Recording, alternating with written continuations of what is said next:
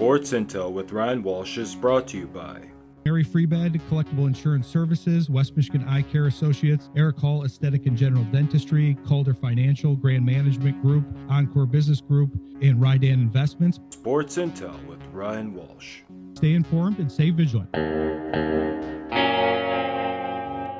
You can join us here on a Monday, and a warmer Monday, which is nice for everybody. The snow's starting to melt out there in the West Michigan area. We've got the regular crew in the studio. My mom's in here with me, and my regular producer Dan is in here. We haven't talked about Rex lately. Rex is on the lam. He did make some contact today. I think his last known location was Scotland. So if anybody has seen him out there, let us know. Keep us posted, because we got to put the Rex signal out.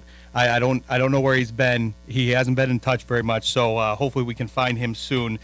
Because we'd like to eventually get him on the show, but for now we have a great guest on the show, first time guest here, Dalton Shetler. He basically does. I was going to list all the things he does for Michigan State, but it's too long of a list, so I'll have Dalton tell us about it. But we appreciate you being on the show. Welcome to the show, Dalton.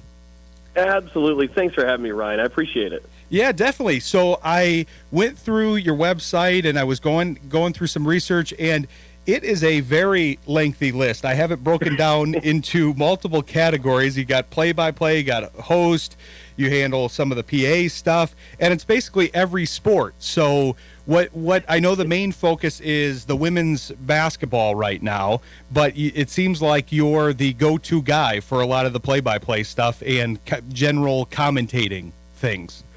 Yeah. So this is actually year 9 for me here at Michigan State. This is year 3 for me being the radio voice for play-by-play for MSU women's basketball. The previous 6 years, the first 6 years, I was the pregame halftime host for the men's basketball team. So I traveled around, hung out with them, and opportunity came up, and I said I'll move across the hall and took over play-by-play for women's basketball. But I do some hosting and a bunch of different stuff with football.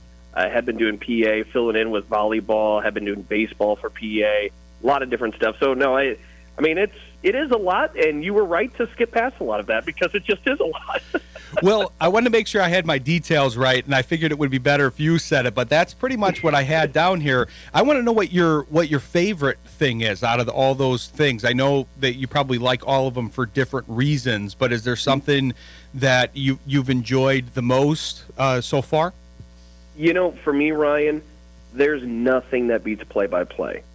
I love doing play-by-play, and also, I mean, for background, I grew up in northern Indiana, and growing up in Indiana, you love basketball, and there just really isn't much of an option to it. And so I fell in love with the game of basketball. Basketball's always been and forever will be my true love when it comes to sports. And, I mean, I love and enjoy so many of the other ones, but basketball is really the sport. So being able to intertwine play-by-play, a passion that I have, and basketball, the game that I love, that has been so much fun. And I got to tell you, when it comes to doing play-by-play, and I like to do everything, right, to a certain standard and try to do it very well as best as I can, right, or at least maximizing my potential every which way. I try to do that each time. But when it comes to play-by-play, the best compliment I ever get from people is when they say, you know, we were listening to you and we felt like we were there. We felt like we were at the game because the energy you were carrying with, like it became contagious, and we were hooked in, we were suckered in, and that feeling that I get, because that's what I try to do. I try to be a conduit of the game experience to you at home or out on the road, wherever you are. And doing that, I have found that I deeply, deeply love. That's awesome. Yeah, commentating is one of my favorite subjects because I think it goes unnoticed, and it shouldn't. A lot of what we try to do on the show here is we of course try to get athletes and get their perspective, but we talk to a lot of commentators and beat writers that, in my opinion, are too nameless. They you know, there's a name underneath that headline for the writer. You obviously say your name as an introduction and out of certain breaks and all of that, but you're, like you said, you're there to make sure they feel like they're there as an experience of the game, not to promote, you know, Dalton Shetler. And it's something where it's nice to put the spotlight on you guys, because I don't think it's on you enough, because I'll ask people, I have this conversation a lot about commentating in general, mainly centers around the NFL, but it goes for every sport, where people will say something like, oh, well, I don't like such and such. I don't like Tony Romo as a commentator. This year it seemed to be Tom Brady a lot, but I don't like whoever as a commentator. I'll say, well, what play-by-play guy do you like? Oh, well, I like Chris Collinsworth. And I'll say, well, he's not a play-by-play guy. What play-by-play guy do you like? And then they'll just keep listing analysts. They don't even know the two different roles and who's talking and the names of them.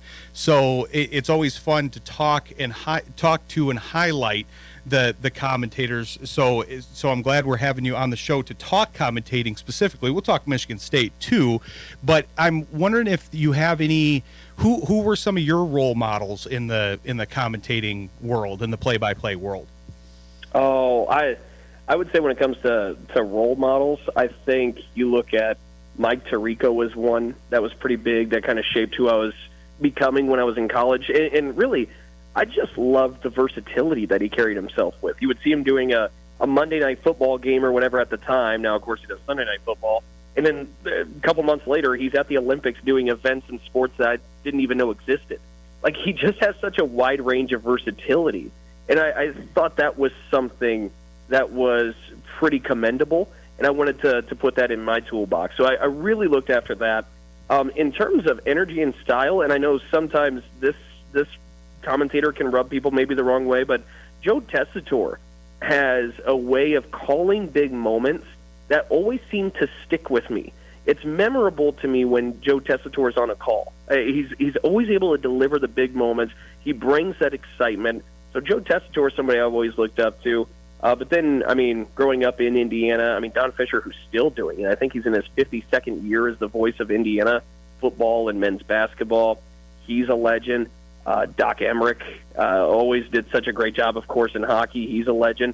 And I think at least for me, I would try to pick up different elements and ingredients of each one to blend together the best version of me possible. Because I say this too all the time also, Ryan, when we have like students and interns that hop on and help us out at the network. I say, look, you've got to figure out what your style is and be the best you. For somebody like me, I'm a high-energy guy. And so I will talk a lot. I will get very excited.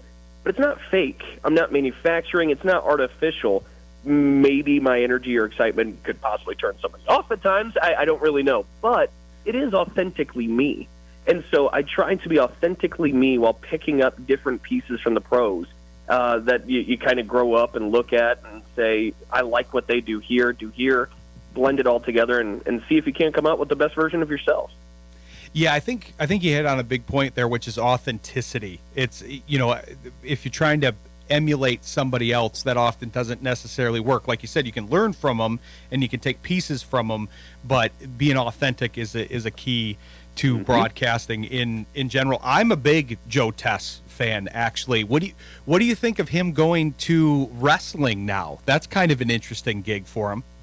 I've seen a couple of clips on social media. I haven't seen much, but and again, you talk about versatility, and how about, too, with somebody like, I like to think of, in terms of style, right, that my style is kind of that Tess vein, where you're just excited a lot. Everything is high energy and you're excited, but that's an easy transition for him to something like wrestling. And so when you talk about versatility, you talk about some of those different things, like, that one makes sense to me. When I heard it, I was like, yeah, that he would kill it at that, and I'm sure he has.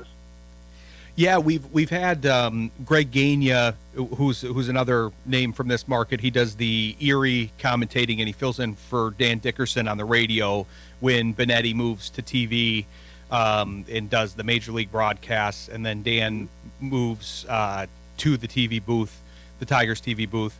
Then Greg Gagne from Erie fills in for him, and he's a big wrestling fan. And we were talking commentating, and I was like, and he was talking about Tessitore, and I was like, Well, you have to like the fact that he's in wrestling now, and he didn't even know. So it is kind of off the radar for some people, especially because you're following all these sports, and that's sports entertainment and kind of a different category. But like you said, I think the announcing is really key there too.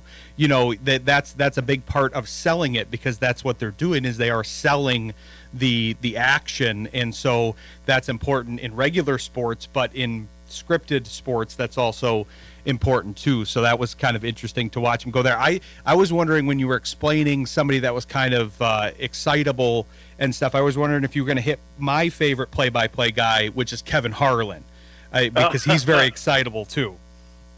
Yes, no, and that's another one. I knew I was going to forget somebody, so I'm actually glad you helped round me out here and got me back in the lane. No, Kevin Harlan, I think, does a tremendous job too, because he's got the high energy. And look, I know some people that will say they're not the biggest Kevin Harlan fans, but I got to tell you, Ryan, much like what I was talking about earlier, Kevin Harlan is authentic. He is that passionate about what he does, and it comes off to me that way. Like, this is a passion to him. This is not him faking anything. I think there are broadcasters that sometimes will lean on crutches or sticks or whatever, and it's just artificial. But Kevin is genuinely that excited about everything. If there's a fan that runs on the field or a cat that's running in the end zone, those are classic. They are classic, and he really feels that way. And I really appreciate, and like I said, my style kind of leans that way too, where it's just high octane, high energy. I really appreciate both what Tess and Harlan do with that energy, and just unbashedly kind of being themselves. Yeah, definitely. It all goes back to the authenticity part, because you can be, I mean, you've got a guy like Chirico's kind of a good example of being he's a good kind of distributor of everything. He doesn't necessarily get super high energy. Joe Buck is kind of in that same category too. He's good at pretty much everything, and he's a little lower energy, but he's kind of sarcastic too. There's different ways to do it, but you can't necessarily fake it till you make it, because being you is the important piece there. But I could talk about commentators the whole time, but I do want to talk about one more, because he's in your same kind of nexus there. George Blaha, who does the football games, I imagine you've come across him being the host of different shows there and stuff. He's always been one of my favorites in the local market. Oh, yeah. No, and George is an icon, right? I mean, he's been doing this for decades and decades for Michigan State football and for Detroit Piston basketball. I mean, he's just a fixture when it comes to the state of Michigan sports. And, I've been working on the network with him, worked side by side with him several times, and he has always been so welcoming, so helpful to me in so many different ways. He's called me unprompted before to give me feedback on a broadcast that he had caught that I did when I was working with the men, and gave me positive rave reviews, gave me the confidence kind of that I needed, especially as a youngster trying to get my toes dipped into this pool and kind of figure out exactly what everything is. No, George is a legend, and I've got nothing but great things to say about the way he's treated me in my time here.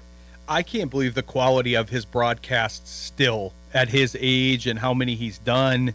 And because it seemed like, I know he's been having some health issues and stuff, and it seemed like at the beginning of the year he started a little bit slow for him, and then he's hit his stride again, and then he got nominated for the Gowdy Award, which was very well deserved. And so it's neat to watch him, but it has to be fun to work with him. But I want to talk more Michigan State here. We got to take a quick break, but I want to talk about the women's and the men's teams, because they're both having fantastic seasons, and so I want to get your perspective from your seat there. So stick with us. We'll be back with Dalton Shetler after the break. You're listening to Sports Intel on Jethro FM.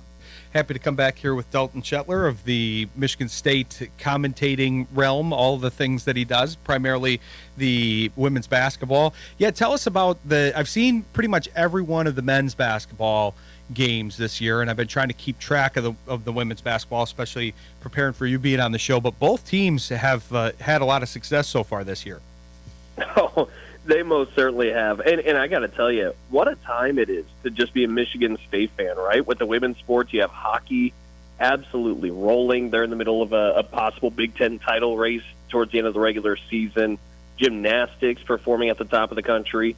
But then you got men's basketball and what Tom Izzo's been able to do this year in his 30th season, where they're ranked 8th right now in the country and coming off of one of the best weeks that I can remember in some time. Knocking off at Illinois, knocking off Purdue at home, and then going down the road to beat Michigan. That is a week and a half. I mean, that was some solid stuff. And then on the women's side, look, this program is just under the second year of head coach Robin Freilich, and she came over from Bowling Green. She was at Ashland before that. At Ashland, she had 104 wins and only 3 losses. Won a national championship, owns the longest winning streak in that level's history there at the D2 level. Then went to Bowling Green, turned that program around, and then she came to Michigan State. And just for some context, Ryan, and for the listeners that may not know, she took the job, and some of the more productive players on that team's roster from the year before were gone. 2 of them transferred out, the top post player, the top shooter, and then the top scorer graduated. And they didn't really bring much in. It just was returners and some freshmen. And Robin Freilich took that group that didn't have a postseason and took them to the NCAA tournament in their first year. They went 22-9. They went 12-6 in the Big Ten, finished 4th place, had a phenomenal first season. And then this year, in year 2, she's only really built on it. Now, the thing is, too, Ryan, this Big Ten conference, for people that may not know on the women's side, is unbelievable. They're talking about for bracketology right now that maybe 13 of these teams will make the NCAA tournament from the Big Ten conference. So it is a competitive league. But Michigan State's right there in the mix of it, and they still have some opportunities in front of them. They go to Ohio State, who's now ranked 12th in the country, on Wednesday night. If they can pick up a win there, they close out the regular season and maybe do some work in the Big Ten tournament, it's still possible we could be seeing NCAA tournament games at the Breslin Center in East Lansing, because for folks that may not know, in the women's tournament, if you're seeds 1 through 4, you host the first weekend in the NCAA tournament. So you got to be a top 16 team. That's still possibly in play for Michigan State. But overall, just macro level, this group is contagious. They're fun. I keep telling people, Ryan, that if they make the trip to East Lansing and go in the Breslin Center, see a game, they'll come back. It's a group that ranks top 10 in the country in turnover margin. It's defense for 94 feet for 40 minutes. They get after it. They play team-connected basketball. It is a real fun style that they play. Fun is just the best way to describe it. So if you take in an afternoon, take in a game there of MSU women's basketball, you'll come back for more. It's that kind of fun of a product. Yeah, I believe it. And, I mean, it's amazing to think that, obviously, she's at the beginning of her career, presumably with Michigan State. I have to imagine she maybe has plans to stay there, and obviously they will want her to stay there. But, man, she's on the younger side to be at that level of a job. I mean, she's only 43, and it sounds like she could have a long career there. Izzo's had a very long career on the men's side, and he shows no signs of slowing down, but obviously his age will eventually preclude him at some point. But they have 2 very strong coaches there at each side of the program there. Oh, and it's funny, too, because when Izzo was celebrating the 70th birthday, which their birthdays are a day apart, Robin Freilich and Tom Izzo, they're just one day apart. So they were celebrating their birthdays at about the same time. And Robin said, Tom's 70? Oh, my gosh, how is he still doing it at the level he is? Just kind of in awe of the energy he has. But Robin, to your point, is from Okemos, so just down the road from East Lansing and Michigan State. As she always likes to say, she used to go in the backyard and heard the Michigan State marching band all the time growing up. Has so many memories of this place. So, no, this is a really good spot. And, of course, with what she's got going on, and I tell you what, Ryan, just from observing here in these first 2 years, not only is she a great coach, but she's a wonderful person, and I mean that with full sincerity, not cliche. Just really in tune with everything going on. But she's a winner. And like I said, at Ashland, she had 104 wins and 3 losses. And I don't know that I've come across too many people that are more competitive, just kind of have that type of instinct than what Robin Freilich is. I think there's going to be some really special stuff done with this program. Yeah, she's got an overall record here for her career of 227 and 88. So that winner is a good definition of her. And you have a kind of a front row seat. Not only do you do the play-by-play, but you host her show too, right? Mm-hmm. Yes, I do. We actually had one today where we had a Grand Rapids native, Theron Halleck, on the show today. Oh, nice. Okay, there we go. A shout out for West Michigan here. That's awesome. That's cool that you get that view of the program there. I do want to mention, because you were making a lot of Indiana references earlier, and I sometimes get in trouble for making Indiana references with my content producer Rex, because he has an informal drinking game where he drinks every time I say Indiana on my Michigan-based show. So I think he just took 2 drinks. But I went to Indiana University, and so the talk of Don Fisher and all of that stuff down there, I definitely hear you on that. And that's one of the reasons I wanted to highlight this, because I think we don't cover the women's programs as much as we should. And I worked through the sports management program. I worked with many of the women's programs down there. That was kind of my specialty down there. So the volleyball, the basketball, it was fun to work with those programs. So it's also nice to see more highlighting of those programs, especially basketball. I mean, it had to be crazy watching it. You're the play-by-play guy for Michigan State. You had to be watching Caitlin Clark and what was blowing up there in Iowa, and that's benefited the sport as a whole here. Oh, it most certainly has. And I mean, unfortunately, I had a front row seat to that when Michigan State went out there at the New Year's last year in 2024. She hit the game winner from just inside a half court against us. That's one that still hurts. I have not gotten over that. But, I mean, to your overall point, the growth that the game has witnessed, really in a large part thanks to her kind of being the catalyst for it, opening all these different doors, opening people's eyes to it. I mean, Ryan, you know, if you've experienced some of it, it's a good product. The women's game, women's sports, it is a very good product. And not only is it worth people's time, it's gotten better. I mean, those games, those sports, they've evolved. And, like, these are some very high-level things. And the more I keep talking about it, Ryan, I think, honestly, this boom could have happened a while ago if it just was accessible. I think the fact that it hasn't really been on TV until of recent years, at least to a large portion, right, where you have Caitlin Clark before an NFL playoff game. Now you have Juju Watkins being on Fox quite frequently with USC and stuff. You put it on TV, people are going to watch. I don't know about you, Ryan, but I imagine you and I are kind of the same as probably many consumers. You flip through the TV anymore, I don't know, TV shows aren't quite necessarily the same live programming that you must tune into at all times anymore. Sometimes I get tired of hearing the same old talk shows on the same platforms. If you just stuck sports, if you stuck a live game, women's basketball, rugby, whatever, I'm going to tune in and watch it. And I think a lot of people, just with the opportunity of having it being exposed, have really clawed onto it, as they should. It is a great, great game.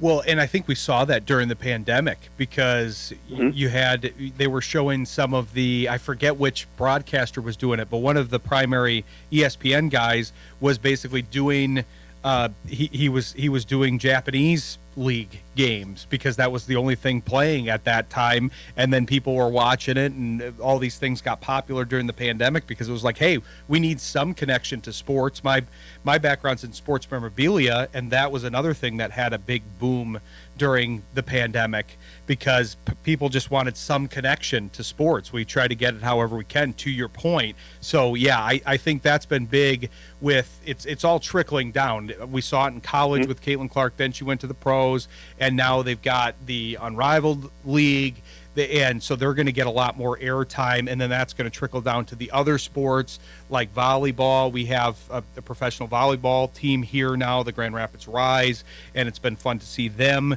because that's a very popular sport, as you know, in college, but it doesn't often get the credit that it should. So I think it's kind of an inflection point for those women's sports right now. Yeah, I think all those games, whether it's volleyball, women's basketball, whatever, they've all evolved, and they've gotten to a point where it's a really, really dang good product. And I think the biggest thing is just about having exposure. And look, I mean, seriously, when we talk about consumer habits, the only thing that makes me go to a television at a specific time, appointment television, to me is sports. The TV shows you can binge on any kind of platform you want now. Everything's different than it was 10 to 15 years ago. So the only thing that still makes me go at a certain time to a television is sports, and I don't think I'm in the minority on that. No, I think that is becoming the majority. I think the way you described TV is true, the way that it's going. Everything could be streamed, everything could be watched later, except for sports. You're going to find out in an instant, because as somebody that has to watch games from the previous day sometimes to keep up with the various sports and the various leagues that I have to watch for the show, it's like, man, if you miss that game, people are going to be telling you in a minute what the result was of the game. So you got to see it live in order to, experience the emotion and everything that comes with it. So, but yeah, this has been a great conversation. I appreciate you coming on the show. We'll look forward to having you back on the show at some point here. I appreciate you making the time, because I know you're busy with all the games and stuff. We've highlighted the play-by-play. Check them out there, but where else can we find you here? Yeah, on Twitter, actually, you can find me at Dalton Shetler. And then, like you said, we got 2 regular season games left. Make sure you tune in, join me for those radio calls, and the entire postseason ride. It should be a lot of fun with Michigan State women's basketball. But, Ryan, I also do want to thank you for bringing me on. It was great to finally make this happen. I know we chatted for a while, but this was a pleasure. I really appreciate it. Definitely, yeah. The feeling's mutual, and we look forward to having you back on. And be sure to check them out on the radio, and we'll be tuning in. Sounds good. Take care. All right, take care, Dalton. All right, thanks to Dalton Shetler. That was a good interview about the state of women's sports and college sports in Michigan State. We're going to turn our attention to baseball here. Friend of the show, Rogelio Castillo, is going to be on. I have my Tigers ML Report shirt on for the segment, and we're going to have all these guys on the show as we go. And so we'll talk some Tigers baseball and some prospects after the break. Stick with us. You're listening to Sports Intel on Jethro FM. It's a well-timed bumper for this segment here with Rogelio Castillo. It's his first appearance of the season so far, but we had him on a few times last year, and I like all these. Any listeners of the show know I like all these Tigers ML Report guys. They do a great job covering it. They have fun. It's been fun to watch them and their rise through the ranks here of the coverage of Tigers baseball, and they were there on the field for the playoffs. So, Raj, welcome to the show. Well, hey, Ryan, good to be back on. Yeah, it's good. It's good to have you. We're going to have a run here where we're going to have you on this week. Chris is on next week, and then Jerry's on the week after that. So we're doing a whole roundup of the ML Report. I'm excited to talk to you guys and talk about the season, because we've got a lot to talk about already. It's been an exciting off season, and I was trying to catch up on the Red Wings and the Pistons games that happened on Sunday. And then, man, that Tigers game really crept in there. I didn't hear it being advertised on FanDuel, but they must have been able to get it from Yes Network, so that crept in on me. I had to watch it before the show here. Yeah, that was, it was the amount of prospects that are out there, too. It was good to see a guy like Garrett Burhan, who I know a lot of West Michigan Whitecap folks are familiar with. We'll see him out there and already seeing, like, the Tigers doing their development thing by, he's already has his hands set up higher when he goes to pitch, and but just the fact that baseball's back already in a winter, which here on this side of the state feels like it's been very long and very cold and very gray. It was good to have baseball back and give some sort of feeling of spring. Well, that's a good place to start. I wanted to highlight the top 46 list. I also want to find out why it was 46 this year. But I wanted to talk to you about because the Whitecaps are one of the station sponsors, and they sponsor the other sports show on the station here. And I want to talk about who to look out for, because I know we've got a couple top prospects here that are on that list. That'll be here in West Michigan this season. So I want you to kind of go through and highlight who to look out for and why over on the west side of the state here. So I just did a roster prediction 1.0 for West Michigan, super way too early roster predictions. And I think what Whitecaps fans are going to find out this year is how good they're going to get to see guys like Rogelio Castillo, who was in the Arizona Fall League, had a really good year in Lakeland last year. He was our pitcher of the year last year, a newcomer of the year last year, because just the fact that there he was, a guy who was a heavy sinker fastball guy, and he learned a slider and became more of a strikeout start to become more of a strikeout pitcher. And between him and Josh Randall, who I think was going to come up with the drafted last year, along with a guy like Gabriel Reyes, who came out of nowhere last year and really solidified the late rotation last year. I think I think that knuckleballer Kenny Zora, I apologize if I'm not saying his name incorrectly. I think he's also a guy to look out for, because I think that because he doesn't have pro ball experience and start the year at West Michigan, it makes more sense versus going to Erie right away.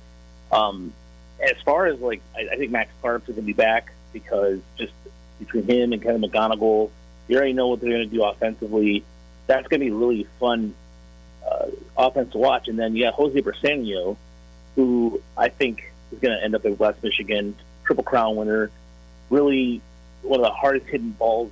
It's the hardest hitting balls in the system. And so between that and I think really with Brett Callahan too, who I think Brett Callahan's another intriguing outfielder to us too. When he was healthy, he just showed really good poise at the plate, really good arm. He had a couple good hits this last year in Lakeland, and he's a guy who I think is going to continue to rise in the system this year, outside of Clark and McGonigal and Briseño. And I think that Whitecaps, I really think, have a good chance to make the postseason this year. Yeah, you highlighted a lot of the guys I had written down, but the main one, because this is something I really like about baseball, is Kenny Serwa, the knuckleballer. And that's I'm excited to see him here in town, because the combination of I've always loved the knuckleball. I like the chaos that ensues. It seems to fit in well with AJ Hinch, since his pitching strategy was chaos in the playoffs last year. So the knuckleball is always chaos, and it'll be fun to watch that, because man, it's a knuckleball, but it's a fast knuckleball.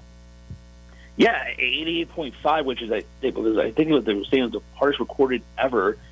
And the fact that here's the Tigers once again taking advantage of quote unquote taking advantage of a guy being viral, if you will. I mean, look at DK Hibbert, who struck out those three major leaguers at the World Baseball Classic a couple years ago, and Terrell has been a guy who was doing his videos, and the fact that with that that knuckleball, it's just such a.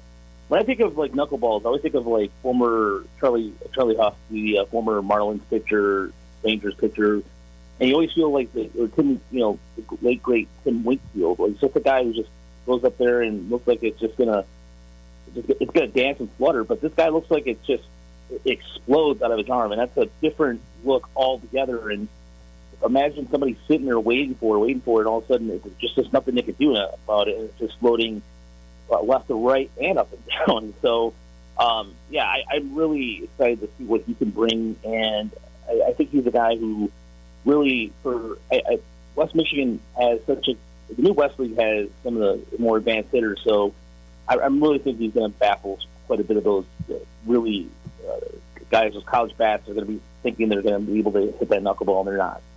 Yeah, that's got to be especially alarming at that level, where you're having trouble adjusting to some of the speed, because you and I both know that that's one of the places that you can kind of find the biggest difference in talent, as far as guys that are kind of fringe guys that barely made it into that high A, or guys that are going to send up the system. A lot of the guys that you've talked about, like Max Clark and McGonigal and some of those other guys that are here for just a kind of a layover, and then they're going to go up the charts here and eventually end up on the major league roster. So already there's a big difference, and then you throw that guy into the mix, where every fourth, fifth day, whatever, you're going to have to face a guy where you're trying to get used to the speed, you're trying to get used to the change-ups, the fastballs, everything being faster and everything breaking more, and then you got this guy throwing that at you. You can't tell the rotation of the ball. That's going to be fun to watch. Yeah, especially too when he throws a pitch that's sometimes I think it's a change or what have you, that it just goes under 77. So the mile difference when he does throw a four-seamer, which I think is around 94, 95, to then somewhere in the 77, and then throw that knuckleball at 88. I mean, I feel bad for those guys. I really do, because especially for the fact that the Tigers are going to then throw at you at that same rotation a guy like Castillo, who's a guy who can hit the fastball for 97, 98. So I think this is why I think the Whitecaps rotation this year is a lot deeper.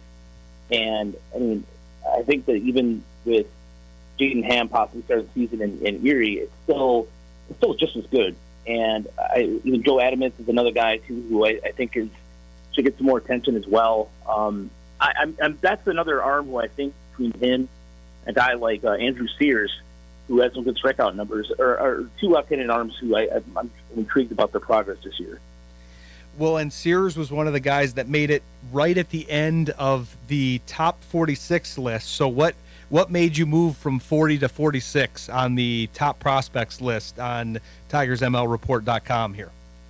Well, Chris and I have been talking about this for a while, and Jerry, we all had this discussion where we from 1 to 15 was pretty easy, the determination between the three of us. And so Chris does a good job of, we make our own list and then we do determine the average. But we realize this system has probably been as deeper and talented as it has been in a long time. I mean, we were discussing how the Tigers haven't had a really for example, an outfielder, a homegrown outfielder that hit 20 or 30 home runs consistently outside of Nick Castellanos, and he moved the outfield. And so when you look at the list after 30, it's like, okay, well, there's a lot of intrigue with guys like Garrett Burhan, like I mentioned earlier. Tyler Owens, who comes in at number 30 because he's a guy who the Tigers picked up and just was able to go out and shove 97, 98 and came through. And then a guy like Jake Miller, number 23, who we saw a little bit at West Michigan last year, just moved through 3 levels. And there's just a lot of really good upside arms. And then even through 31 through 40, like the 46 list kind of thing, it's just guys like Jim Jarvis, who's like a guy who's a really good spark plug. You got Max Anderson. It's just like, and then we still have Chase Lee at number 41. We knew the system was a little deeper than it has been, and so for us, it was just disingenuous to just leave it at 30 or 35 like we have been. Especially a guy like Roger Alfonso, who's already gotten some time already in spring, and Yosber Sanchez, who had a really good job. He did a really good job last year, and so there's just so many good arms in the system, and I think that just for us, we just couldn't do 30 anymore. Yeah, I get it, and that's a testament to the Tigers in general here, because if you look at this list, which I encourage everybody to check it out at TigersMLReport.com, it's a very thorough list, and you can get profiles on a lot of the players. And when you look at, they highlight where everybody is, and yeah, they're all over the place. They're from the Whitecaps here in Single A to Double A in Erie. We're going to have Greg on the show here in a few weeks as well to provide some coverage for us, and all the way up to the major league roster. And it's very heartening to see, because you've got all these guys that are young on the major league roster, so then they should be able to make the jump and have a lot of potential that's still untapped. And then you've got a lot of guys that are coming. So we got to take a quick break, but I want to pick up there after the break, because you hit on a concept that I found interesting with the top 46 list. So we'll come back with that after the break with Rogelio here. Stick with us. You're listening to Sports Intel on Jethro FM. Happy to come back here with Rogelio Castillo of the Tigers ML Report. I see you got our tweet there, Raj. I've got my shirt on. I got to make sure to promote you guys here. Oh, that's awesome. Thank you for participating. I love I have 3 shirts at home, and my wife has encouraged me always to have it on at some point. So I got a polo, too, but the polo is only, I'm at the ballpark. Got to be professional. There you go. Yeah, it's good to have different ones for different occasions and stuff. But, yeah, check out their gear, too, because they've got a lot of good stuff going over at ML Report. But, yeah, we're talking about one of the great things that they do, which is this prospect list. And one of the things that I found interesting, because the Tigers were able to pull off, to me, one of the most satisfying things in sports, and that's when they traded Flaherty, and then they were able to get him back, but then they got assets for him. That's one of the things that's very hard to do. It doesn't happen very often, and the way they played without him probably encouraged that there's a lot of things that have to go right in that particular case. But they not only is Lorenzo high on that list, who they got for Flaherty. There's several people that they picked up via trade that I remember people kind of not necessarily knowing the value of some of those guys. Lorenzo was always a pretty highly regarded prospect, but there's several trade chips in here that could be featured at some point on the major league roster, including Tyler Owens, who you mentioned earlier, because I know he's really taken off in spring training here so far. Yeah, and the thing about Tyler Owens too was that his velocity, so I did some intel, and his velocity was picking up at Double-A Frisco, throwing 890, 899, and it's an example of what I think the Tigers have done very well recently, which is they've done a really good job of scouting players from other systems very well. And I mean, Hayuli comes to mind when it comes to, as an example, a guy who they were really looking at for a while in the Philly system. And Owens fits that bill a little bit. I mean, 5'10". I know that you think of the pitchers now these days, 6'2", 6'3", similar to what you see in the NHL where goalies are standard 6'2". There's almost days short goalies anymore. But Owens goes out there and based on his arm slot, I think he does a really good job of maximizing his pitches. And of course, you want to get that third pitch going in order to neutralize lefties a little bit, but you can see the process that the Tigers saw in him and why they were able to perhaps make an adjustment. And I know that when we talked to Scott Harris back in December, that they told us they didn't mess with Joseph Montolivo, the pitcher they got from Andrew Chapin, who, by the way, they picked him up today, Chapin, in a minor league deal. So you pull the David Browski yet again. I mean, as you recall, Carlos Guillen, that's a trade for Carlos Guillen, then ended up picking up Ramon Santiago again from Seattle. So they haven't messed with Joseph yet, and they want to keep him at what they're doing right now. But who knows? I mean, there might be a mechanical change, and you might see some more higher velocity from him this year at West Michigan. Well, and that's one of the things that has been interesting to me, because there's a lot of reasons to be hopeful about this team. You've obviously got Hinch and the effect that he's had. You've got the cultural change. You've got the draft, the successful drafts over the years, all these young prospects that you guys always highlight. And obviously the one of the main pieces of this team is some of those changes that happen with the pitchers and how much better they're able to make pitchers in their system, because Federer has been a huge key here in improving some of the players. So it's like whoever they get as far as the arms go, you have to imagine that they're going to be as good or better under this current regime.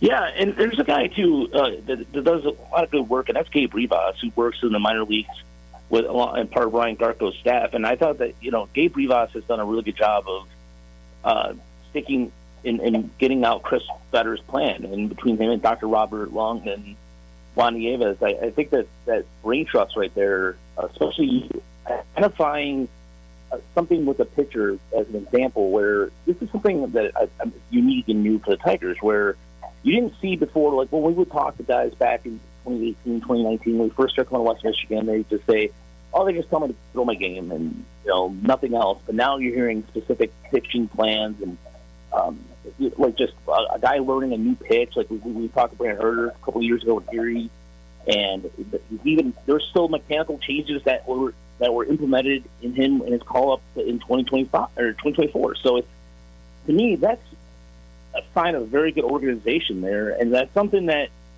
Ryan, for a long time we've looked at the farm system as just a here and there, a couple of success stories.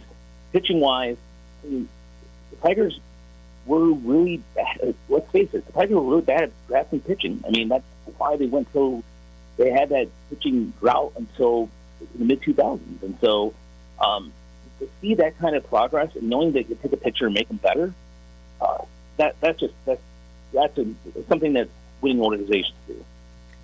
Yeah, and that seems to be, I know we referenced the pitching chaos here earlier in the talk, but now it seems like they not only do they have a lot of those arms, they retained a lot of the guys, and like you said, a couple of the guys that they let go are now back, and this rotation looks like it's going to be really strong, whereas last year it was kind of like, okay, after Skubal, things get a little dicey here, that's where the chaos kind of came in. But it was strong. They were good arms. They were well coached. All those things you're talking about. But it's going to be a real fight to figure out, who's 4 and 5 there. They were talking about that with Mize on the Yankees broadcast yesterday. Who ends up being the numbers 4 and 5 here in the rotation. Yeah, and the one thing about this is that what's interesting to me is that if you look on paper right now, the defense, you look at Gleyber Torres, is not traditionally known as a good defender. I mean, he had a better second half last year. So what I find interesting that goes into pitching chaos is making sure they have a good infield defense. And so, I mean, I still think that Sweeney's a very good defender. Baez, when healthy, is also a plus defender. But you still have some questions about that. At third base, whether Chase Young or whomever it may be, whether it's going to be Matt Burling, is going to hold that up and contribute to the pitching chaos, because you have to have really good defense, and that's what James prides himself on. And so I think that if you look at Mize's performance yesterday, it's really good. But again, you have to remember it's the first game. It's against a guys from Double-A, High A, and so it's like you have to take that with a grain of salt a little bit. But then but at the same time, you see Matt Manning's appearance on Saturday, and you're like, oh, man, he still hasn't – his control and command issues are still there.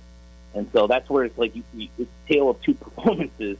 Do we get really excited about Casey Mize, busting out those two different sliders, or do we overreact that Matt Manning still has some issues controlling the strike zone? Yeah. I'm glad you highlighted the defense, because that was obviously one of the key kind of moments of the offseason. They were in the hunt for Bregman, and I know people were disappointed. Some people were disappointed with them kind of not taking the big swing at him. But I'm curious what you think about that, because obviously you spend a lot of time studying the minor leagues, studying the prospects, and studying how strong these guys are. Where did you stand on that? I know they made an offer. I kind of thought it was a reasonable offer. Are you good with them saying, hey, we'll go up to this amount, but after this, we'll try to ride the other guys that are in the system?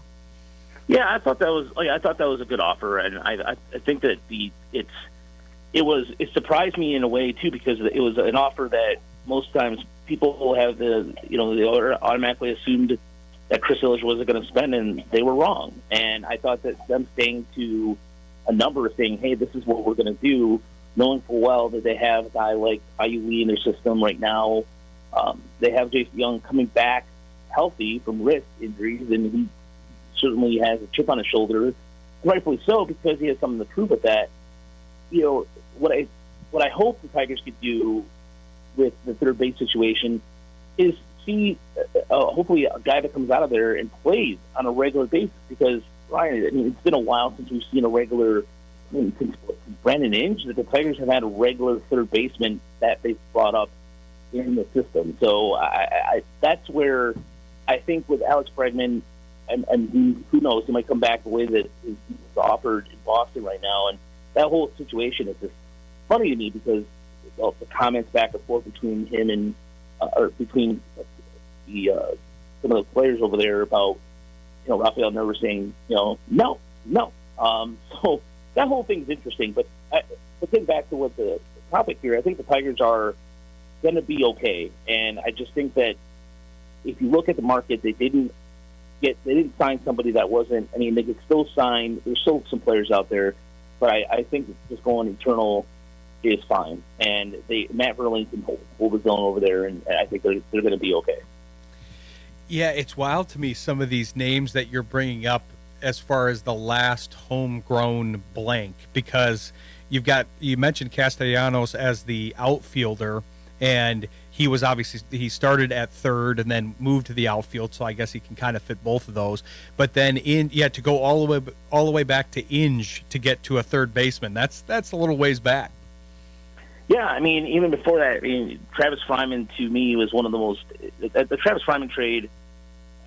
Travis Fryman was a guy who wanted to be in Detroit, and I mean, it's weird not to even see him around at all in this capacity. But going back to that, and then Sparky had a hard time between Tommy Brookins, Darnell Coles, all these names that just were here and there, and they were gone. And so I think the one thing about this organization that seems a little different than past runs from Dabrowski, Randy Smith, is that they have an identity for their farm system. I think that it's more so they're not going to, I mean, people don't see the surface things on the surface. Like, for example, they have now simply covered, like they have covers over the bullpen down in Lakeland so they can practice all year round. Like the little things that, people take for granted, they're doing the little things right. And that goes a long way to the psychology of a person, to a player, that they know for a while that the organization is like, oh, okay, well, I'm not getting a hot and ready for dinner. I'm getting a protein-based chicken or whatever the case is. And, you're hearing all the little, you don't hear about those little things that go a very long way. And so I think that's the different mindset where I think Tigers are going to be more of a Tiger way, where it's not just a phrasing just to say it, like, everything's the Cardinal way. No, there's actually going to be a Tiger way going about creating players for their farm system. I like how you snuck in a little Caesars reference there. That was very appropriate. But yeah, it was wild to me. We had Lance Parrish on the show last week, and we talked about his book, Few and Chosen. He's been talking about his more recent book, but I wanted to go through because that goes through the team position by position, and I have the third baseman up from that interview. It's wild how weak that's been historically in comparison to all the other positions, because all the other positions were really tough to leave somebody off. But yeah, you mentioned Fryman, he's on top on that one. And so with the proud history of this franchise, it's kind of wild that third base hasn't been stronger for them. Yeah, I mean, if you have to go back to a guy, I mean, even before that, Rodriguez, who was their third baseman as a regular in the 70s, who they acquired in, I believe, the Denny McClain deal in 1971, 72, whatever year that filled the void until pretty much, I mean, that was really it for a long time. I mean, the Tigers traded Howard Johnson to the Mets for Walt Terrell, and he went off and became a terror in the National League. And so, it's strange, even like from a homegrown standpoint. George Kell, the Hall of Famer, came over from a different organization. So it's just, I've always been missed by the Fryman trade was one of those things where I was, as a fan growing up in the 90s and seeing that trade happen, and the Tigers it was one of the saddest days for me, because I thought Travis Fryman was such a professional, and he did such a great job of not only hitting for average but hitting for power. But then to see him do that, go to Cleveland, and that still sings my heart. Yeah, definitely. Yeah, that it was fun to go through some of those old names with him and with you here. But unfortunately, we're out of time. I want to make sure you get a chance to plug all the stuff you've got going on with the Tigers ML report, and we'll definitely have you back on the show soon. Thank you. Just go to TigersMLReport.com. Right now I'm working on a piece for roster production for Erie. We have a GoFundMe out there for response for just getting our stuff out there. And Jerry is working on a piece right now on, I believe he's working on a potential another power hitter to come up. And Chris and I just did a mailbag, and we just did an interview with Dan Sabowski of Fangraphs talking Zips. So check it out on our YouTube channel as well, Tigers Minor League Report. Yeah, definitely check them out. It's a wealth of information, fun stuff. They have multiple podcasts and everything. So definitely check all that out. And we'll be having Chris and Jerry, who he mentioned, on the show in the upcoming weeks. So hopefully Jerry has that piece done by the time he's on, and then we can talk about it here in a couple weeks. But appreciate you being on the show, and we'll have you back on soon. Have a great evening, Ryan. Thanks again. You too. Take care, Raj. All right. Thank you to Rogelio Castillo. That was fun to have him on. We're going to turn our attention to hockey. We've got Erik Westrum, formerly of the Minnesota Wild and bronze medal winner in the World Championship games for the U.S. He's going to come on and talk about the Wild, give us some counter intel on the Red Wings, and talk about his book and post-NHL career. So stick with us. You're listening to Sports Intel on Jethro FM. Happy to come on here with Erik Westrum. He's got an interesting career. He's a former NHL hockey player. He also, we saw the Four Nations thing. We're going to talk to him about that, but he represented Team USA. He scored the game-winning goal in the bronze medal game, so he's a bronze medal winner in the World Ice Hockey Championships. So excited to have this guy on. He also wrote a very interesting book, and he does a lot of motivational speaking. But want to welcome Erik Westrum onto the show.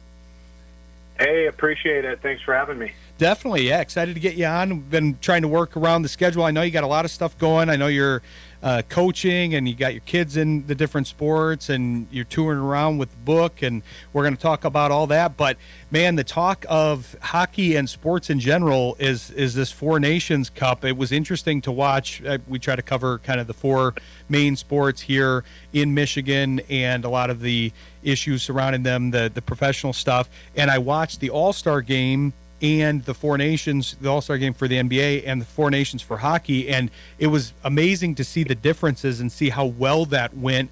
And that had to be fun for you to watch because of your aforementioned international play and representing Team USA and the key role you played there. So what did you think about the inaugural Four Nations Cup here? Yeah, I mean, as a player playing 17, 18, 19 against, Joe Thornton, Patrick Marleau, that was like my age group. So we'd battle those guys, for the gold and silver medals back in the day, and then being able to compete in 04 for the bronze medal.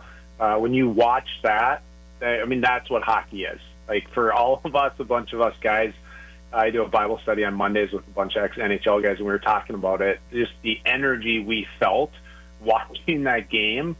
As a player, I think all of our kids thought we were crazy because the beginning of it and the intensity, I mean, that's raw hockey and emotion. It's not staged. It's not set up like some of the stuff that happens nowadays, where that is a true compete. It's country. When you wear that flag, I think both teams, you can see, I mean, it's just as good, probably even better than some of the Stanley Cup hockey that we get to witness as fans for sure.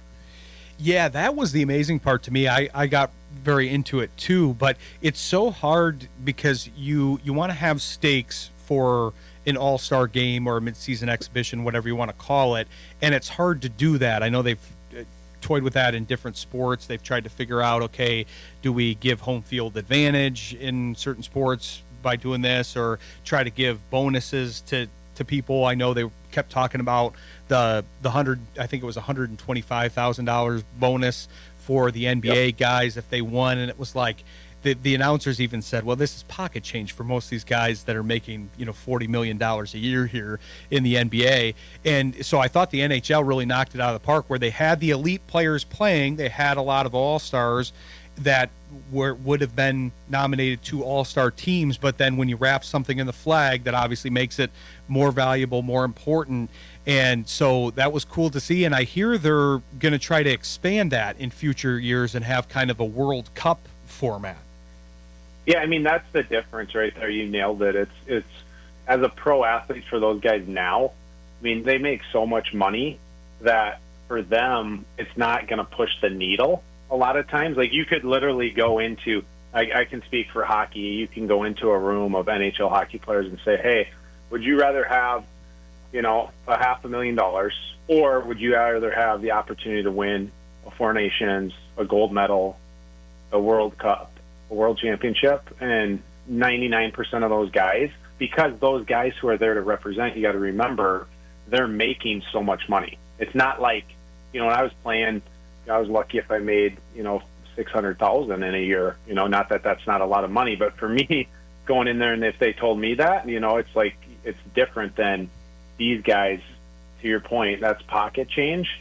And to wear that sweater, I mean, it goes back to the history of your country and just especially the U.S.-Canada rivalry.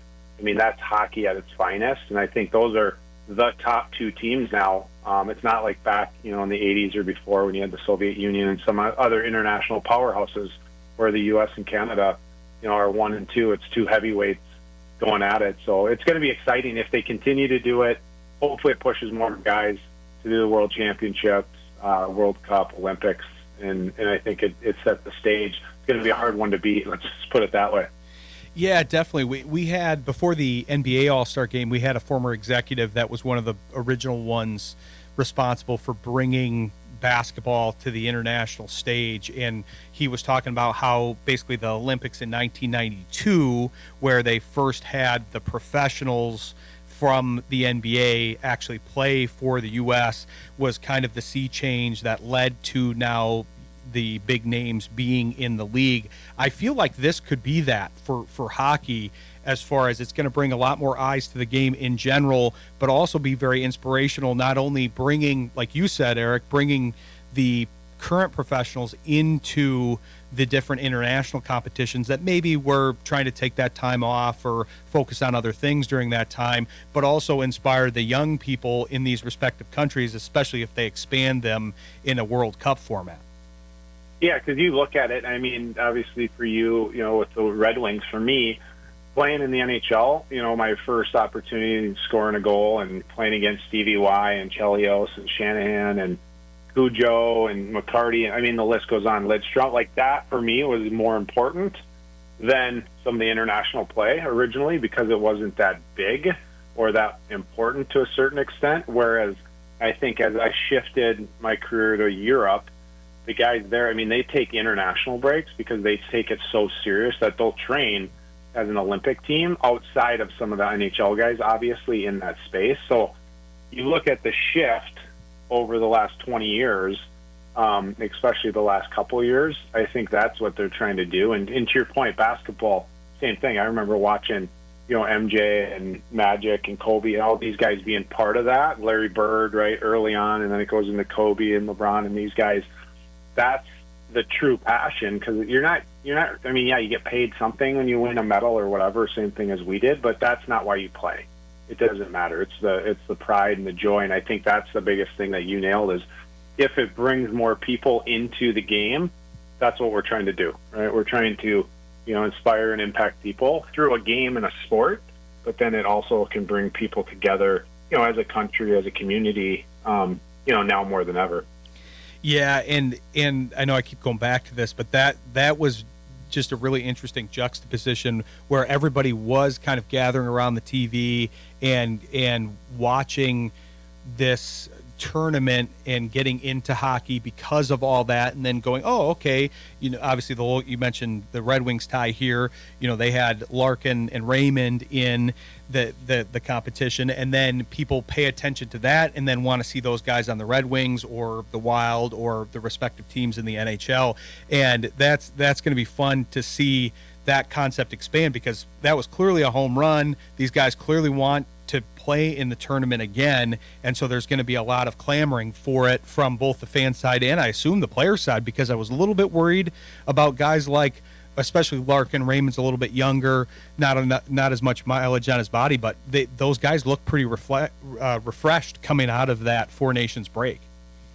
Well, I think two things, right? You said about viewers. I think there's over 16 million viewers in North America between Canada and the U.S. in just for that game, right? And I think when you think about the impact to shifting gears to the players, I was so surprised. I thought the same thing. Watching that game, I think it was, DeBrincat who lit Faber up behind the net. And you think about that, like a clean hit, they're competing, Boldy comes in, tries to go after them. And that passion, I think, once you feel it and you watch it, because even the guys who didn't play, I guarantee they had their eyes on it, and it probably impacted and inspired them like, hey, I want to be the next guy. I want to be that guy who takes over for maybe someone who's older or maybe someone who's not as good as that person, and they can look at it and say, this is going to give me that impact. So I think it sparked the regular season, hopefully, too, because I know even when I played, I jokingly, I remember playing against Chelios with the Wild, and I was third line guy, and I'd stir it up, and I just remember him looking over, and he's like, Westy, he's like, hey, let's just take it easy right now, right? It's game like 72. And I think that's the mentality sometimes, especially with the Wings and Red Wings teams. I mean, they were set to compete for a Stanley Cup. So by the end, it's like, hey, how can we preserve our bodies? What can we do to be fresh? But I think the Four Nations did the opposite of that, is where guys are probably a little worn out after, but it's not only sparked those guys who are part of it, but on the outside, right? Because it's that flame starts to dim right around the trade deadline. It gets hard, right? It's like baseball or basketball, any of these teams you watch. If you can instill a little more passion, even for the people watching, I think that's what it did. Not only for the fans, but I would assume the players. I mean, I got excited and I feel like I want to go 45 years old, I want to go play again. You're probably in the shape to do it too. You could probably get out there and mix it up a little bit. Yeah, that was fun to watch, and especially for the Red Wings because they made that coaching change and they've been hot ever since. So they kind of went into the break with more juice because their dip was a little bit before that. But I want to talk about. We alluded to your level of fitness. I want to talk about that and your book here after the break because it's an interesting book, interesting thing that you're going into here. So we'll come back with Erik Westrum after the break and talk about his book, Being Elite. And it's an interesting book, motivational book. So stick with us. You're listening to Sports Intel on Jethro FM. Coming back here with former NHL player Erik Westrum. I say former. He might be able to get back out there. We talked about him getting back out there in the international competitions here. He's still keeping himself in good shape because he's got a program here based on his book called Being Elite, and it's a motivational book. It's a system to kind of rehab your life and give you motivation. So I want to talk about that with you here. I read it / listened to it. I don't know what you say for an audiobook. I listened to it over the weekend, and it's a interesting book, and I'm excited to talk about it here with you. Yeah, no, I appreciate it. And I think, for me, kind of that transformation like you're talking about, it's crazy when I look back. I'm like, okay, I'm 45 years old, and when I accomplished all this stuff how many years ago, and my kids kind of give me a hard time now as I coach them. But I think the whole principle, as we dig into the book a little bit, was around what did I do when I had success? And it's not common sense necessarily, right? Like some of it is, but other things are like, how do you dig a little deeper to be kind of elite? And that's where I came up with the title, Becoming Elite, and went through the 4 pillars of transformation in my life, where it was like, here's what you need to do to get there, and if I didn't do it, I didn't have success. So that's where the whole concept kind of stirred probably about 4 years ago. Yeah, and it's what I liked about the book is it's a good combination because you think, okay, well, I'm just a regular Joe. I'm going, okay, I'm going to be able to be like the hockey player that made it to the top end of his career and made a good livelihood from being the top 1/10 of 1% in his respective field and was able to get all these things down. But there's very actionable stuff in there, and there's stuff that I've already kind of been doing that I think are things that kind of have tenfold effects in your life, like mindset work and productivity versus time management mindset. And, the fact that you highlighted in the book how you only have 9% new thoughts. And so you kind of got to make those count. And then the rule of 1% change in your life. Those are things that once you break them down, you say, okay, well, yeah, how am I going to become elite like Erik Westrum? But when you break it down into those more actionable bites, then it becomes a lot easier. Well, and when you think about it, in that sense, that's exactly it. Because I go back to 8th grade when I made the B team, right? I wasn't even a top 16, 17 skater in my own backyard. How are you supposed to make it to the NHL, right? So I think when you break it down, if you think so big, yes, it's great to have big goals and visions. And I have a vision board right here in my office for this year of stuff I want to accomplish. But if I focus so much on the end result and I don't enjoy the process, that's where you get in trouble. So to that point, for me, every morning I'm up, reading my Bible, working out, doing ice baths, cold plunges. My wife, she looks at me and she's like, okay, you're 45, like, let's take it easy sometimes. But for me, it's that mindset of just putting in that 1%. And that's actually the book I'll be coming out with here in March. It's called The 1% Impact, because 1% of a day is 15 minutes. So if you can do something for 15 minutes a day, and if you put that in perspective, in 365 days, you put in about 93 hours of work towards that given task, towards that given skill, or whatever it is. So I think that's where I look at it. For me, it was 15 minutes a day after 8th grade, shooting pucks, running hills, doing pull-ups, push-ups, sprints, everything that I put into it. And I completely guarantee the only reason I played at the highest level is because I put that work in and other people weren't, right? So it's what you do when no one's looking that makes the biggest difference. It's embracing discipline, because motivation, that's easy. I get up in the morning, someone motivates me, or I have some motivation to do it. That's easy. But then you get out and you don't want to do it, and you still do it. That's when the difference is, right? And ironically, I just started a fast yesterday. Just came up with it talking to my daughter after I was coaching her basketball tournament, and I'm like, you know what? Here's what I'm looking at, and it's for me, it's to test me physically and mentally. But I think that's the difference. Anyone can do any of this. It's the mindset, like you said. And I think a lot of people just come up short with the mindset piece and use built-in excuses, don't follow their direction or their path, and just kind of give up and say, you know what, average is good enough, when a lot of us have 1% more. And I see it all the time. And I work with a lot of athletes, but I've shifted into the fatherhood space, right, and working with fathers, because I think if we don't lead the right way, how can we tell our kids to go do something when we don't do it? You know, and I think that's the biggest thing, whether it's in school, whether it's in sports or in life. If I go and tell my daughter, you go do your spelling words, but I'm not reading a book or a Bible and I'm not putting the work in to get better, same thing with my kids in sports, right? If they ask me how to get better and I'm not putting the work in to get better myself, it's hard to tell your kids, let alone, you know, athletes that you coach.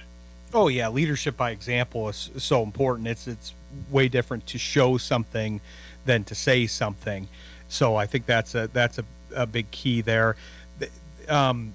The one of the things, well, I want to ask actually about the fast. There's a bunch of interesting things that you said in there, but how long of a fast are you doing? I always say it's going to be like a 3-day one, and then I end up going 5, 6, 7 day. I don't know. It depends. It's one of those I set it, and then after the first 24 hours, like, I feel great. I almost feel more energized than day 3, like just drinking water. I'll mix in a coffee here or there, but it's usually it's anywhere from 3 to 5 days. That's what I found is probably the most benefit for me. Plus, if I want to work out too, right? I got to be smart. You know, I'm not gonna push myself on nothing in my body. Yeah. I've heard really good things about that. The farthest I've made is about a day, about 24 hours. I used to do intermittent fasting pretty frequently. But yeah, I think one of the key things that you said in that last bit was you were talking about, you know, having the 1% change. That's become much harder for people with all of the pulls on our time. We have the same pulls as far as work and family and all those things that existed, but we also have our phones in our hands all the time. We have everything calling for our attention at all times. And so to take that step back for 15 minutes, 30 minutes, whatever it ends up being is so important. So I like that as a micro adjustment that really kind of comes into the macro and forms a habit there. One of the other thing I wanted to highlight from your current book is you talked about, I found this concept interesting. You talked about how one of the kind of the last pieces for you in this change was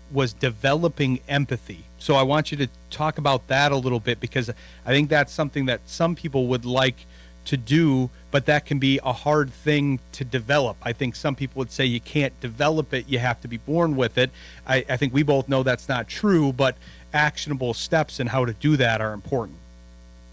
Yeah, I mean, I think, and obviously we're on a sports show, and that's the lack of empathy as an athlete, right? Like for us as athletes, I was taught to find their weakness, expose their weakness, and make it even a bigger weakness.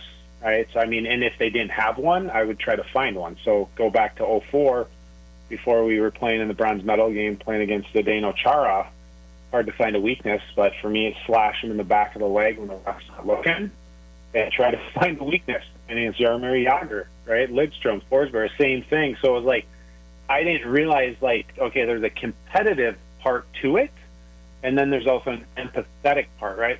No offense, but I'm not going to have empathy on the ice for another player on the other team because we're trying to win something and we're coming together. But then when I would remove myself, I still couldn't delineate that sometimes of, hey, here's competitive elite Erik versus civilian average Erik, right? Or husband Erik or father Erik or friend.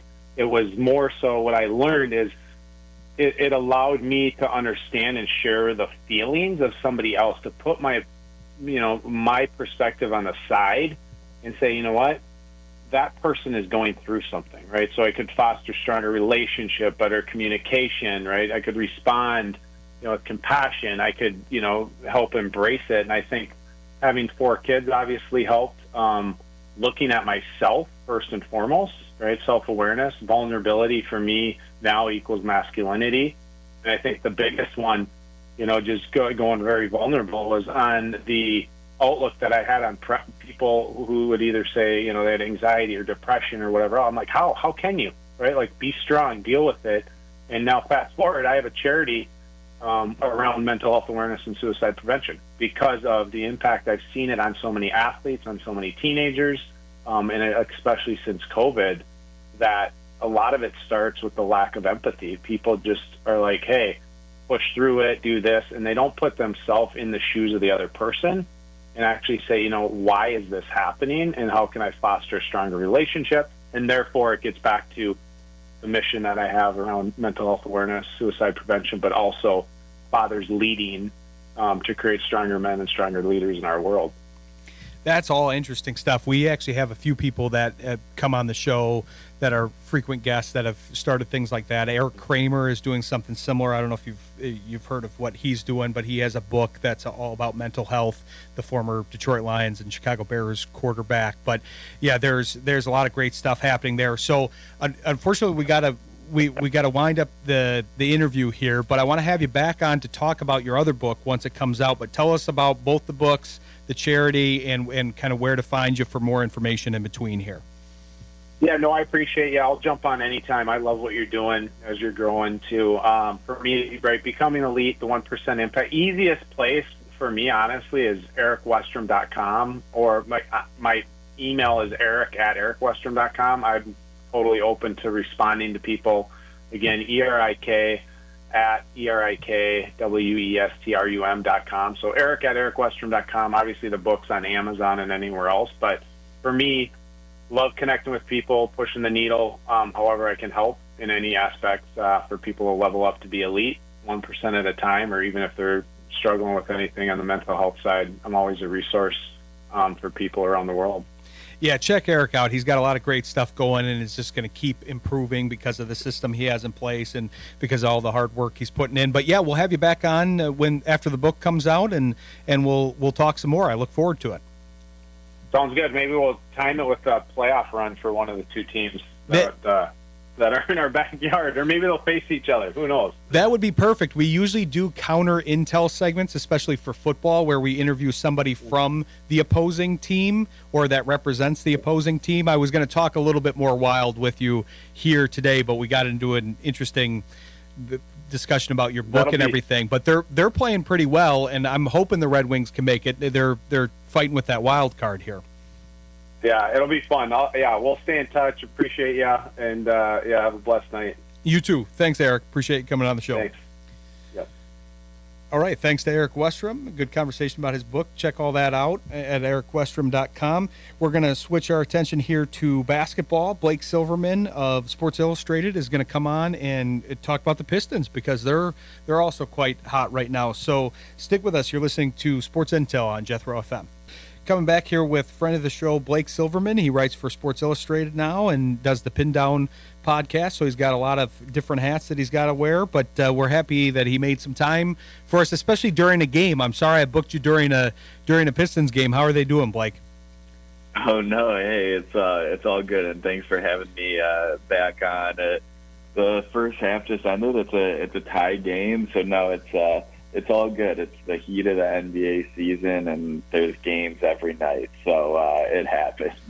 Yeah, I guess it's hard to avoid all 82 games when booking the show. It's going to be even harder in baseball season with 162 games, but that's a different story. But yeah, you've got a lot of stuff going. You're covering. I was looking at your recent articles, and you're covering a wide range of topics there at Sports Illustrated. In fact, you're also, I noticed you covered a popular Detroit topic. I want you to talk about the Detroit initiative across all the teams for the fan. I thought that was a cool article and a cool initiative.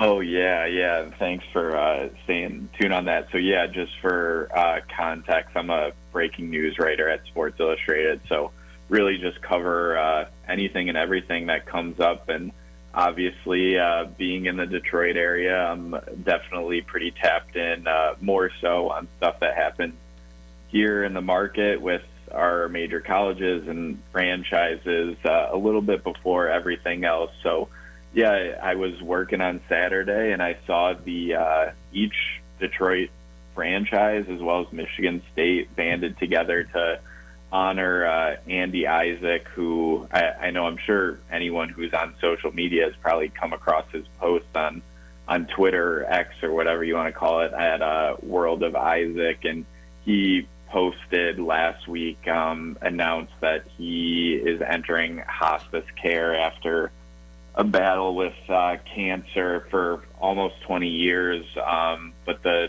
franchises banded together to give him a cool honor and put a little message on the Jumbotron for him on one of his trends that he posts called a Saturday, where he posts a bunch of food videos. So they all posted that on Saturday like he did, and it was super cool. So I was happy to give that some coverage. And we had a person on the team who worked with Andy before. So, yeah, it's a really sad story, and I know he's touched a bunch of hearts, but it's been cool to see how everyone's banded together to support him, and especially like all his favorite teams too. Oh yeah, I know he's got a huge following on X too. I was looking at his account as all that stuff was coming out, and yeah, he's got a large following, and he's become a big part of fandom for those teams. So it was cool to see that happening. Yeah, I wanted to highlight a couple of the Detroit area articles. Blake's got a lot of great stuff on here. Like he said, it's breaking news. It's all over the different sports here. He doesn't only cover Detroit, but he does that for his podcast as well. But the other Detroit one that I found interesting was I liked the one about the Tigers' social media account. I thought that was a funny story because they were tweeting out some pretty funny stuff there. Yeah, that was a good one too. I think that might have been on the same day. So yeah, it was a lot of, or no, maybe it was the week before, but a lot of stuff going on. So yeah, I think it was the Tigers. It was their media day and spring training, so they were getting their pictures taken, and then the team's main account on Twitter was just posting like the most random things you could think of, like some related to the team, some were just related to The Office or different TV shows, whatever it might be. And I personally was kind of like, what's going on here? And then it came out later that their social media team went up to different players and gave them the power to send out one tweet from the team account. So wrote a story about that because I know I was like, what the heck is going on here? And so I'm sure other people did. So I was happy to cover that too, and it ended up being a good laugh eventually. Yeah, Tigers fans have to check that out because it has like who tweeted each of the interesting tweets and stuff. So that I thought that was pretty funny. But I want to switch to your main the main thing that you cover here, which is Pistons basketball, because man, I can't believe. I mean, I can and I can't. It's fun to see them right now, not even in the play-in. They're in the playoffs right now, which I don't think any of us really thought we were going to be seeing that. I think Omari, who we had on the show last week, tweeted out a statistic. I don't remember the exact one. I'd have to look it up. But basically, they have the same amount of wins this season as they did in the previous, like 150 games or something. Yeah. It's a crazy stat, and it's fun to see this young nucleus come together ahead of schedule, really. Yeah, it really is. And I mean, honestly, I don't think anyone could have seen this coming. Like, I think everyone was in a similar boat of like, maybe they can win 25 games, push that 30 mark, but they're already there and well past that, really competing every night. I mean, honestly, I think a lot of it was just after the stink of last year and only winning 14 games. Like, you don't see a lot of NBA teams be on track to double, or I mean, I think the Pistons are on track to triple their previous year's win total. So that just doesn't happen. And it obviously put it in a little bit of context because just winning 14 games is not a lot of games at all. So maybe they could have made that bigger leap, which we're seeing, but you just don't see teams take steps like this that quickly, and especially because the Pistons made some good signings that are making a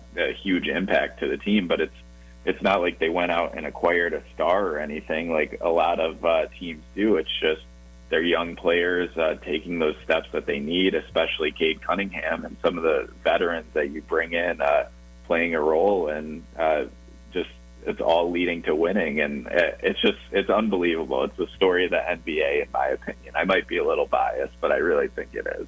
Well, now you're a national reporter, so we have to take your opinion more seriously. It's more objective now since you're a national reporter for SI. No, I mean, it has to be. I'm biased too, but I do watch the stories around the league, and a lot of the other stories, a lot of the other teams, there's not really a lot of teams that came from what they had going last year to now being in the playoff hunt and being one of those surging teams, because it doesn't even feel like they're really peaking right now. That's kind of the crazy part about this run that they're on.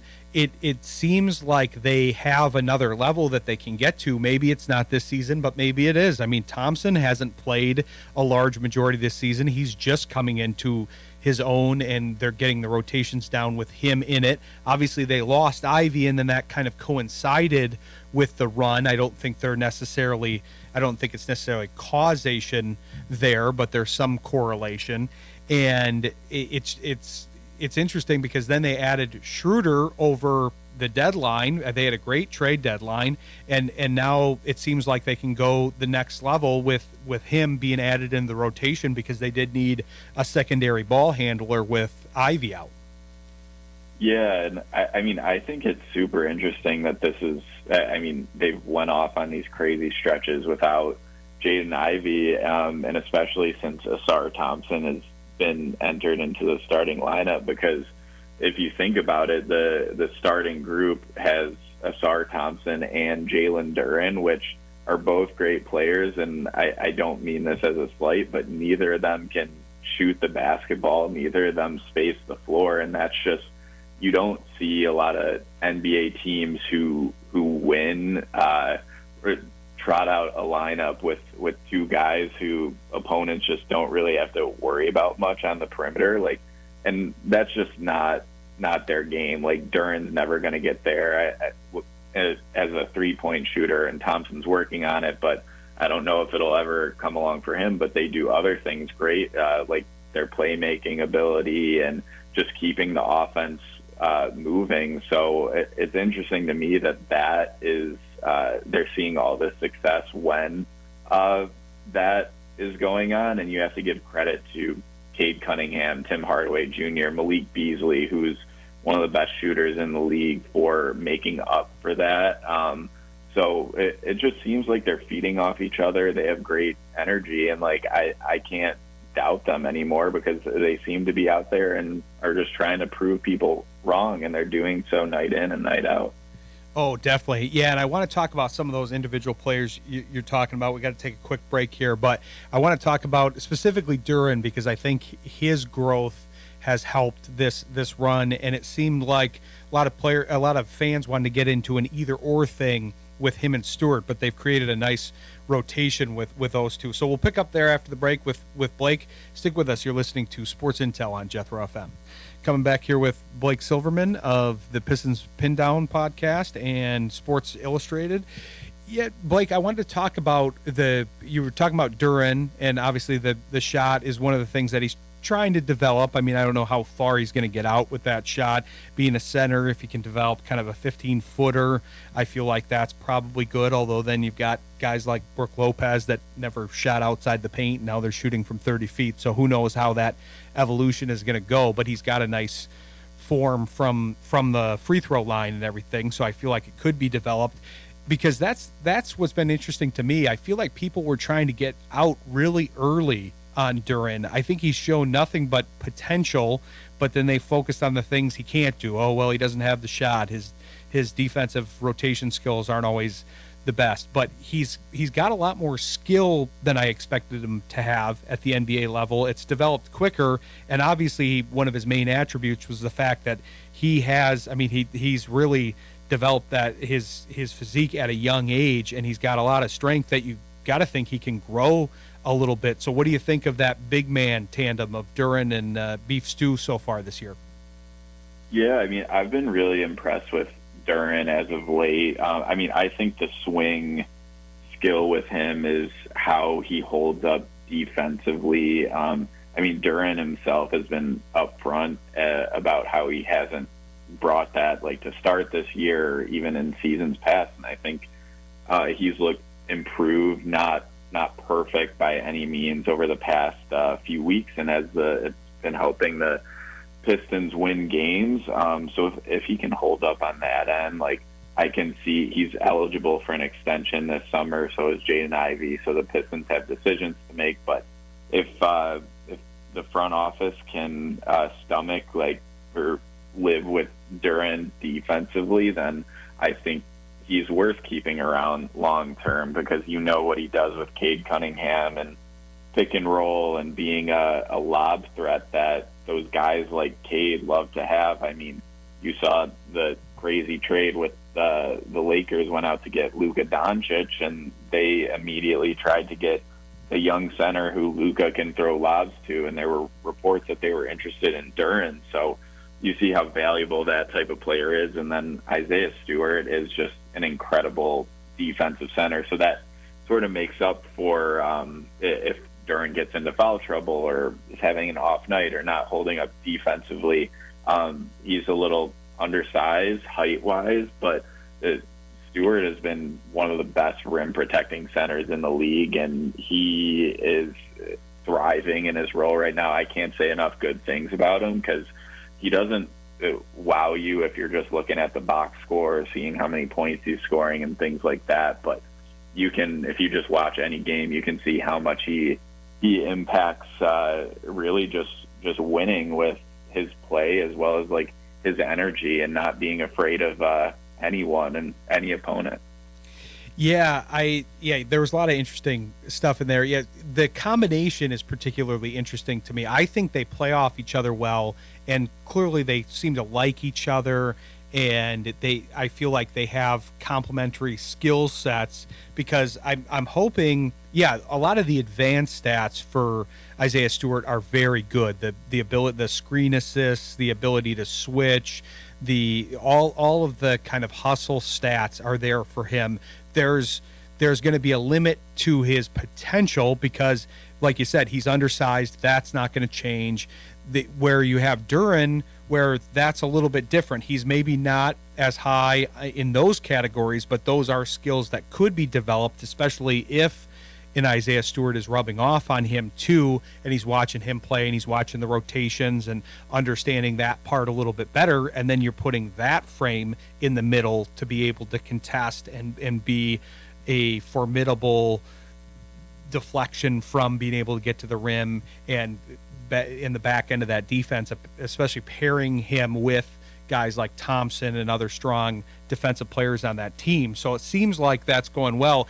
It was interesting to see that the comparison between, because the Lakers ended up pulling the trigger on the trade for Mark Williams from Charlotte, and then that ended up getting rescinded. But it was interesting to think that Duren and Williams would be valued similarly, that they would market a similar value. I guess I wasn't following Williams well enough, but Duren to me seems to have more potential, but if you look at their stats, they are pretty similar. Yeah, and I think it's a good comparison. I'd say the difference is Williams is maybe a little bit better of a defender, but Williams isn't an incredible defender by any means, and Jalen Duren, it plays much more than Williams does. He's had injury issues this year as recently, and I know the Lakers failed his physical, so maybe they discovered something. Maybe they had buyer's remorse, but from what I've seen and heard, the Lakers tried to get Jalen Duren as a partner with Luka Doncic and what they have going on over there. And I personally, if I'm a GM, I would value Duren a little bit more simply because he's healthier. He's a little bit younger. I mean, they were in the same draft class, and Duren was the youngest player in that. So I would be interested to know if the Lakers offered the Pistons a similar package than they sent for Williams, which was Dalton Connect and some draft picks, which I would have been interested, but I understand why Trajan Langdon, the Pistons president, said no, because it's almost like things are going right. Just give it a little more time. Don't rock the boat. Now, if the Lakers offered, say, Austin Reeves, who I think would be a great fit for the Pistons, I would have been like, oh, you got to take that. But who knew what it was behind closed doors? And there's just so much right going on in Pistons world right now. It's hard to rock the boat, especially during the season. Well, and that was a clear goal of their trade deadline, was basically they didn't give up a single player. Mm-hmm. They added players that it was clear to them, at least, that kind of fit their culture and were good values for basically not giving anything up. I mean, Schroeder is a good value for not giving up a single asset and adding other assets along with him. So that was clearly a goal. But yeah, they had a chance to draft Connect, and so it would have been kind of weird for them to trade for him already. That was kind of a strange package to me, to have such a young guy in there, although because you would want guys that would spread the floor, especially with Doncic and LeBron on the same team. But I don't know what was happening there. But with Williams, I'm with you on Duren, because if you compare them to the Lakers, which the teams are not that similar, but the closest comp, even though he's one of the top players in the league, I think it was your buddy Wes Davenport that was comparing Luka to Cade, and he wasn't saying that they were on the same level, but they were similar skill sets and need similar things around them. It's nice to keep that tandem of Cade and Duren together, because that's clearly a huge advantage. That's one of the first options that Cade wants when he's running down the floor. He's looking at that lane that Duren is going down and trying to judge whether or not he can get it up to the rim and hit him from whatever distance he's at the time. Yeah, I mean, you saw the Lakers were looking for a similar duo that the Pistons have in Duren and Cade, and they were able to get it, and then they weren't. So, I mean, I think the Pistons are happy with what they have, and I mean, Duren is still super young, so you can pick his game apart, and I think there are some things that are pretty valid, but over this recent stretch that includes winning games, he's been good. He's been in foul trouble at times, but he's a great pick and roll partner with Cade. Like, there are no concerns with him offensively. I'd say he's really the perfect fit next to your franchise guy. But if it's too much of a hold defensively, then I could see potentially going another way down the road. But he's so young, and all this winning is happening, that you just have to give it some time right now. And I know the Pistons don't have all the time in the world, because these guys are already coming up and being able to sign extensions, so we'll see what happens there. But I like what they have, even though you could definitely doubt it after last season and earlier and to start the year as well. There were still some questions, but things are going so good right now, you just almost have to sit back and watch. Oh, yeah, it's all trending the right direction for sure. Well, that's great stuff. I want to talk more about it on a future show. We'll definitely have you back on and catch up about more of your articles, but tell people where they can find you in between here. Awesome. Yeah, thanks so much for having me on. You can find me on all platforms at Blake Silverman, just my name there. And my written work, you can just find me on si.com, all just breaking, trending news. You need to get your sports news from somewhere, and I think it's a pretty comprehensive spot to go. So you'll see my byline on there, along with some other people on my team, as well as some good, more longer form reporters that do some cool stuff as well. So I appreciate you having me on again, and yeah, definitely down to talk soon whenever, especially down this regular season stretch and playoff push. Yeah, we're going to have a lot to talk about here. We might have some bonus basketball, so that'll be good. So we'll have you back on soon. Thanks for coming on. Yeah, thanks again. Yep, no problem. We'll talk to you soon. All right, thanks to Blake Silverman and the rest of our guests, Erik Westrum, Rogelio Castillo, and Dalton Shetler. Appreciate them coming on. Appreciate all the sponsors, Mary Freebed, Collectible Insurance Services, West Michigan Eye Care Associates, Eric Hall Aesthetic and General Dentistry, Calder Financial, and Rydan Investments. Thanks for all their support. Be sure to tune into the show next week from 7 to 9 on Monday, and then tune into the Sports Project from 7 to 9 on Wednesday and 10 to 12 on Saturday. Until next week, we'll have a good week, and we'll talk to you soon. Stay informed and stay vigilant. Sports Intel with Ryan Walsh.